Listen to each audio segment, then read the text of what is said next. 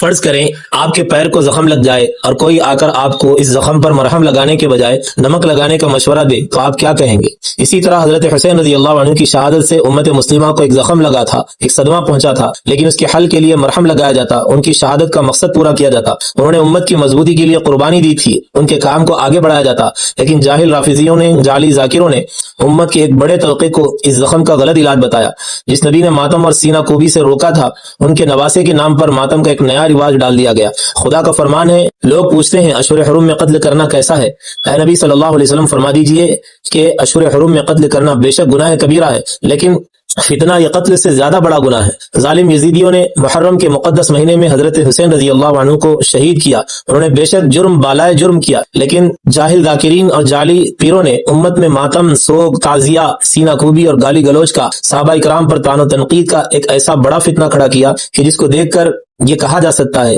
کہ بے شک یزیدیوں نے حسین رضی اللہ عنہ کو شہید کیا، لیکن رافضیوں نے بھی حسینیت کا گلا کاٹا۔